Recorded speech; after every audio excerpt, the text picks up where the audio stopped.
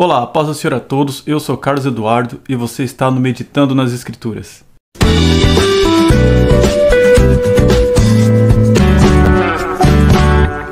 Então, hoje eu queria falar sobre uma das virtudes cristãs que a gente trabalhou lá na nossa IBD e eu queria trazer aqui para o canal porque eu achei bastante interessante, que fala da esperança, que é uma das virtudes cristãs, entre fé, sabedoria, amor, coragem. E esperança está entre essas virtudes que Deus faz brotar no coração do homem. Eu queria estabelecer já, e foi um dos questionamentos que a gente fez, qual a diferença entre virtude e fruto do Espírito. Porque não é difícil mesmo a gente confundir as duas coisas, porque tem muitas semelhanças. Um consenso que a gente chegou, a gente foi instruído até, foi que o fruto do Espírito é a base, seria o alicerce, é onde está tudo fundamentado. E as virtudes são as paredes, é o que a gente vai colocar, vai fazer crescer sobre o alicerce, que é o fruto do Espírito. Acabou de sair um vídeo sobre o fruto do Espírito e a obra da carne, que você já deve ter acompanhado. E agora é um desenrolar desse fruto do Espírito, que são as virtudes cristãs. O que se espera de um cristão onde nele habita o fruto do Espírito? O que se espera de um homem, uma mulher que creu em Cristo e agora o fruto do Espírito está no coração desse crente, desse que creu, e qual o comportamento dele? E uma dessas virtudes que existem, entre tantas, é a esperança. E qual a diferença entre a esperança de um que crê, de alguém que crê em Deus, e a esperança daqueles que não creem em Deus? Seria mais ou menos assim. Qual que é a esperança daqueles que estão em Cristo? E qual é a esperança daqueles que estão, entre aspas, no mundo, que não creem em Cristo? Eu queria começar com o texto bíblico. Eu acho que é bem central assim quando se trata de esperança e qual é essa esperança que o cristão tem, que é Colossenses capítulo 1, versículo 27. Ele fala assim, a partir do 24. Agora me regozijo no que padeço por vós, e na minha carne compro o resto das aflições de Cristo, pelo seu corpo, que é a igreja. Eu fui feito seu ministro, segundo a responsabilidade de que me foi concedida para convosco para cumprir a palavra de Deus. Todo o contexto está falando da pregação do Evangelho e até do sofrimento do apóstolo Paulo em pregar o Evangelho e cuidar da igreja. O mistério que esteve oculto durante séculos e gerações e que agora foi manifestado aos seus santos, falando do Evangelho. A eles, os seus santos, Deus quis fazer conhecer quais são as riquezas da glória deste mistério entre os gentios, que é Cristo em vós, esperança da glória. Paulo está trazendo essa verdade sobre qual é a esperança que tem aquele que tem Cristo. Então, Cristo em vocês é a esperança da glória. E Cristo em vocês não é só a esperança da glória de vocês, também é a esperança da glória daquele que está pregando o Evangelho. Dos salvos, de todo o corpo de Cristo, vendo esse corpo crescer, está vendo que a esperança da glória naqueles que vão crendo vai alimentando aqueles que já creram. É uma alimentação daqueles que já creram, vendo o Evangelho sendo expandido dentro do mundo. Sobre esse mundo perdido que a gente está vivendo. Então, Cristo em vocês é a esperança da glória. Então, Cristo em nós também é a esperança da glória. Qual é a esperança do cristão? A glória. O próprio Cristo nele alimenta essa esperança. A esperança naquilo que é certo. A esperança naquilo que é a promessa do Senhor. E por que a gente espera em Deus com tanta confiança? Porque tem tudo a ver com confiança. Uma das outras virtudes que a gente aprendeu lá na EBD é sobre a fé, que é uma das virtudes cristãs. A fé é a confiança, esse desenrolar da salvação. A confiança, a fé salvífica e a fé no dia a dia. A fé em Deus que te move. E a fé, que é a confiança na promessa, tem tudo a ver com a esperança, que você espera o acontecimento e o cumprimento dessa promessa. Então elas se complementam. A diferença da esperança que o mundo tem e a esperança que o cristão tem é a certeza de que aquilo vai de fato acontecer. Enquanto aqueles que esperam coisas efêmeras, coisas dessa terra, desse mundo, dessa existência, até nós cristãos mesmos também fazemos isso, é que pode acontecer, pode ser que aconteça. Enquanto quando você mira para a eternidade, mira para as promessas de Deus que estão reveladas na Escritura, são certezas, aí são esperanças na certeza. Que é exatamente o que diz o texto de Hebreus, capítulo 11, o versículo 1. Ora, a fé é a certeza das coisas que se esperam e a prova das coisas que não se veem. Tem tudo a ver com a esperança. tem tudo a ver com a certeza, tem tudo a ver com a promessa. Se nós voltarmos para o capítulo 10 da mesma carta aos Hebreus, no versículo 36, um pouquinho antes do 11, que o capítulo 10 vai até o 39, então no 36 diz assim: necessitais de perseverança para que depois de haverdes feito a vontade de Deus, alcanceis a promessa. Promessa e esperança andam juntos. Toda vez que eu penso em esperança, me vem na cabeça o texto, o livro O Peregrino. Para quem não conhece, O Peregrino é a história que John Bunyan escreveu. Tá aqui a capa, uma das capas famosas do livro. Conta a história de um personagem chamado Cristão, que vai da cidade da destruição até a cidade celestial, porque a cidade da destruição de fato vai ser destruída. Ele toma conhecimento dessa destruição e peregrina até a cidade celestial. Na peregrinação do peregrino cristão, ele vai passando por dificuldades e vai sendo ajudado, guiado, doutrinado, disciplinado, ensinado por tantas quantas pessoas aparecem no caminho dele até a cidade celestial. E cada uma dessas pessoas, e cada um dos lugares onde ele vai passar, dos portões, das casas, enfim, tem o nome a que se refere de fato aquele lugar, por exemplo, ou aquela pessoa. Por exemplo, uma das primeiras pessoas que ele encontra é o evangelista. E o evangelista é uma das personagens, e ele ensina o caminho para a cidade celestial, que começa por uma porta estreita. E daí vai desenrolando, ele começa a caminhada com o obstinado, com o inconstante. O inconstante rapidamente desiste de caminhar junto com o cristão, o obstinado vai um pouquinho mais longe. No meio do caminho ele encontra um personagem chamado Esperançoso. E o Esperançoso vai conversando com ele, e aí é que entra a parte da esperança que sempre me vem à memória quando eu falo e penso nisso. Em uma determinada parte do caminho que o cristão está trilhando, começa algumas dificuldades. O caminho começa a ficar pedregoso, escorregadio, e ele começa a desanimar. E aí ele olha para o lado e vê um caminho paralelo, perto de uma campina verde, e essa campina se chama Atalho. E ele decide ir pelo atalho para chegar até a cidade celestial. Ele sai do caminho e vai para o atalho. E logo no começo do atalho, junto com o Esperançoso, que não queria que ele fosse, mas ele conseguiu convencer o Esperançoso aí, ele encontra um homem chamado Van Confiança. E olha só os nomes, tá vendo? E ele pergunta para o Van Confiança onde aquele caminho vai dar. E o Van Confiança fala que vai dar na cidade celestial. Ele confia, né, nessa Van Confiança e segue o caminho. Depois de um tempo de caminhada, começa a anoitecer, e a noite naquele caminho chamado atalho é muito escura, muito densa, muito forte. Ele não consegue enxergar nada. E a Van Confiança logo desaparece na frente dele. E ela cai em um buraco, ele escuta o barulho, depois ele não sabe para onde que ele tem que ir. Começa uma chuva muito forte. Ele e o Esperançoso não sabem para onde ir, fica um pouco perdido, até que ele encontra um lugar onde ele consegue se abrigar e dormir. Mas no dia seguinte ele não sabe onde está. Está todo confuso, e ele é encontrado por um gigante chamado Desespero. Esse gigante chamado Desespero leva ele até o Castelo da Dúvida e prende ele no calabouço. E ele fica cativo do desespero dentro do Castelo da Dúvida, porque ele saiu do caminho que estava difícil, né? E lá ele ficou.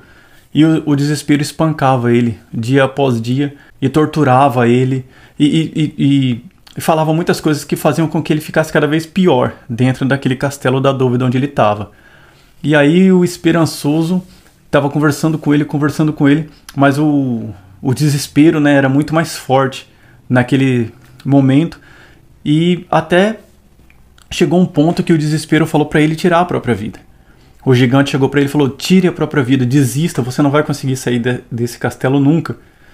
E durante aquela noite de mais profundo desespero que ele estava, o Esperançoso veio e começou a conversar com ele, começou a fazer com que ele lembrasse das coisas que ele viveu no caminho, desde a cidade da destruição até onde ele se desviou pelo atalho, e como Deus foi fiel, né, à promessa que ele tinha feito.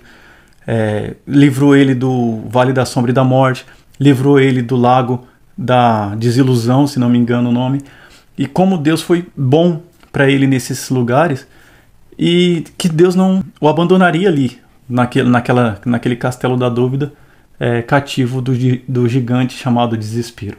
Esse consolo que o esperançoso, olha a esperança, tá vendo? Estava fazendo com ele, com o cristão se lembrou que ele tinha uma chave guardada no peito chamada promessa. E essa chave faria com que as portas daquele castelo se abrissem. Então, o esperançoso falou, tenta, vamos tentar nas portas. Ele pegou a promessa que ele tinha no peito e foi abrindo as portas do castelo da dúvida e conseguiu fugir do gigante desespero. Saiu do castelo, o gigante ouviu o barulho, se levantou, mas teve um mal súbito, caiu, não conseguiu seguir o cristão que estava com a promessa na mão, guiado e incentivado pelo esperançoso. Conseguiu sair do castelo, passou pela campina no sentido contrário, até que chegou na estrada do rei, e aí ele continuou a sua caminhada rumo à cidade celestial. Então não tem como eu falar de esperança sem lembrar dessa história. Porque tem tudo a ver com promessa, tem tudo a ver com esperança, tem tudo a ver com lembrar o que Deus fez, como Ele é fiel nas suas promessas e como muitas vezes o desespero pode nos aprisionar. Às vezes quando tem alguma dúvida, algum problema no caminho, né, quando o caminho parece ficar pedregoso demais, a gente olha para o atalho e às vezes é tentador. Mas quem nos guia no atalho é a vã confiança, que não vai nos levar a lugar nenhum. Então é importante, às vezes, mesmo que pareça difícil, continuar na estrada do rei, que ela sim leva à cidade celestial. Se o cristão tivesse ouvido o esperançoso lá no começo, antes de se desviar, ele não teria passado por tanta prova, né? Mas ele passou e o próprio esperançoso conseguiu ajudar ele a sair daquele lugar tão terrível chamado dúvida. Pensando um pouquinho nesse dueto fé e esperança, tem uma frase que eu acho bem interessante que me veio à mente, que é a seguinte: a fé, ela nos leva até o Senhor, pela fé que nós chegamos ao Senhor. E a esperança é o que nos mantém no Senhor. Então a fé é aquela confiança na promessa de Deus, e a esperança é aquilo que nos move dia após dia a permanecer em Cristo, porque a gente sempre lembra da promessa. E uma das promessas grandes que tem de Deus para nós está justamente no livro de Hebreus também, capítulo 10, e o versículo um pouco antes, no 17. E jamais me lembrarei dos seus pecados. Falando isso para convertido, obviamente. Olha só a promessa de Deus. E ele continua: portanto, irmãos, tendo ousadia para entrar no Santo dos Santos pelo sangue de Jesus. Então fala de uma presença de onde nós estaremos e como nós chegamos àquela presença. O Santo dos Santos, caso você tenha esquecido, é a presença do Senhor que ficava após o véu. O véu foi rasgado quando Jesus foi morto na cruz, e agora temos acesso ao Santo dos Santos, que é a morada do Senhor. Isso se tratando do templo, tá? Tudo isso é uma tipologia do Velho Testamento, onde hoje espiritualmente a gente está na presença do Senhor por Cristo Jesus, pelo sangue derramado. E continua, versículo 23. Guardemos firme a confissão da nossa esperança, pois fiel é aquele que fez a promessa. Então a nossa esperança está totalmente embasada naquele que nunca deixou de cumprir uma promessa, que é Deus. Se a gente olhar para Abraão, se a gente olhar para José, se a gente olhar para Moisés, se a gente olhar para Jó, porque ele manteve Jó fiel, se a gente olhar para Isaac, Jacó, todo sempre prometendo a terra. Chegou na terra, prometeu a libertação depois para Daniel, para Jeremias, 70 anos do cativeiro, prometeu a vinda do Messias, prometeu a ressurreição, e prometeu o Espírito Santo que veio, e prometeu a volta. Só falta essa promessa ser cumprida. Então, todas as promessas foram cumpridas. E a promessa do retorno é uma promessa a ser cumprida. Quem foi fiel até agora não é agora que vai perder a fidelidade. Ele é fiel. A esperança na promessa dele nos mantém confiante. E é isso que diz aí Hebreus 10, 23, por exemplo. Então permaneçamos firmes na confiança daquele que fez a promessa, pois ele é fiel para cumprir. Agora, se a gente lançar um olhar desse para o mundo, as promessas do mundo são variadas, assim como as suas esperanças. O que espera um ateu, escatologicamente falando? A escuridão, o fim, a inexistência, o nada, a falta de consciência, o fim da consciência. Não aguarda nada. E na existência, eu estava vendo um podcast e o ateu, ele falou assim: rapaz, das coisas que eu mais sinto falta sendo ateu é de conforto, às vezes, em algumas coisas que eu não consigo controlar, que eu não consigo ter, que eu não consigo manter, e aí me falta esse conforto, essa esperança, esse acalento de que pode melhorar, mas se não melhorar tem alguém que me conforta. E eu fiquei meio... né, dá uma certa compaixão assim do cara. Resta-nos orar por ele, né? Em outras religiões, as suas esperanças são vazias, porque não estão embasadas em promessas já cumpridas. A esperança da reencarnação, por exemplo, ou a esperança de um céu, sei lá, com virgens te esperando, né? Ou uma evolução espiritual, mas não tem comprovações disso. Também não tem comprovação da ressurreição de Cristo. E as testemunhas? Se nós olharmos para a Bíblia com um olhar técnico, de testemunha, de literário, a gente vai ver que aqueles homens falaram a verdade, né? E aí pode ser um conteúdo para outro vídeo. Mas tratando-se de textos, de literatura, de testemunhos, a Bíblia é muito confiável. Enfim, a esperança do mundo ela não está ligada à fé. A esperança no mundo está ligada a ela mesma, ou a si mesmo, ao próprio que espera. Não existe nada externo ao mundo que faça com que a esperança dele tenha alguma base. Já a esperança do cristão, como todo o vídeo já falou, é baseado em promessas que estão externas ao homem, que independe do homem crer ou não crer, independe do homem confiar ou não confiar. São coisas que vão acontecer, coisas que aconteceram quando não creram, coisas que acontecerão mesmo que não há quem creia. Porque a volta de Cristo não depende de eu acreditar nela ou não, de você acreditar nela ou não. É um fato que acontecerá. O que vai mudar é se eu crer, eu irei com ele, e se eu não crer, eu não irei com ele. Mas a esperança, Cristo em nós, é essa esperança da glória. A esperança de que ele virá e arrebatará a sua igreja. E de onde que vem essa fé, né? Tem inúmeros vídeos aqui no canal falando sobre isso, mas a fé vem justamente da palavra do Senhor. Não existe fé genuína sem a palavra genuína de Jesus Cristo pregada, né? Lida, entendida e compreendida na sua Bíblia, na sua escritura. A fé vem pelo ouvir, e ouvir é pela palavra de Deus. Também tem Hebreus, para ficar no mesmo livro, 4, o versículo 1 e o versículo 2, que fala o seguinte: temamos, portanto, que tendo-nos sido deixada a promessa de entrar no seu descanso, suceda parecer que algum de vós tenha falhado. Pois também a nós foram anunciadas as boas novas, como a eles, mas a palavra que ouviram nada lhes aproveitou, visto não ser acompanhada pela fé naqueles que a ouviram. Aí está falando do povo no deserto, que com o coração endurecido não creu quando a palavra foi pregada para eles, que eles chegariam ao descanso, que então era Canaã. E Paulo não, o escritor de Hebreus, está usando esse mesmo acontecimento como um tipo do descanso que temos em Cristo, na nossa salvação. A palavra para eles não surtiu efeito porque a fé não estava misturada, mas para nós está. Para nós está misturada, foi revelada pelo Espírito Santo. A fé nasceu no nosso coração e a esperança nos mantém nessa fé e nessa caminhada junto com o Senhor. Te convido a conhecer a palavra de Deus, te convido a ouvir, ver e ter essa fé dentro do coração, brotada, nascida, né, frutificada dentro do seu coração, que vai fazer com que você creia no Evangelho de Cristo e tenha a esperança da sua volta. Não é a esperança de que tudo vai dar certo, é a esperança de que no final estaremos com Ele no paraíso, estaremos com Ele na eternidade. Essa é a verdadeira esperança daquele que crê em Cristo, independente das circunstâncias, porque as circunstâncias são passageiras, mas nosso futuro com Cristo, esse sim é eterno. Muito obrigado, que Deus abençoe cada um. Obrigado por ouvir, obrigado por ver, obrigado por assistir mais esse vídeo. Esse é o final. Aproveita, se inscreva no canal, curte, comente, compartilhe.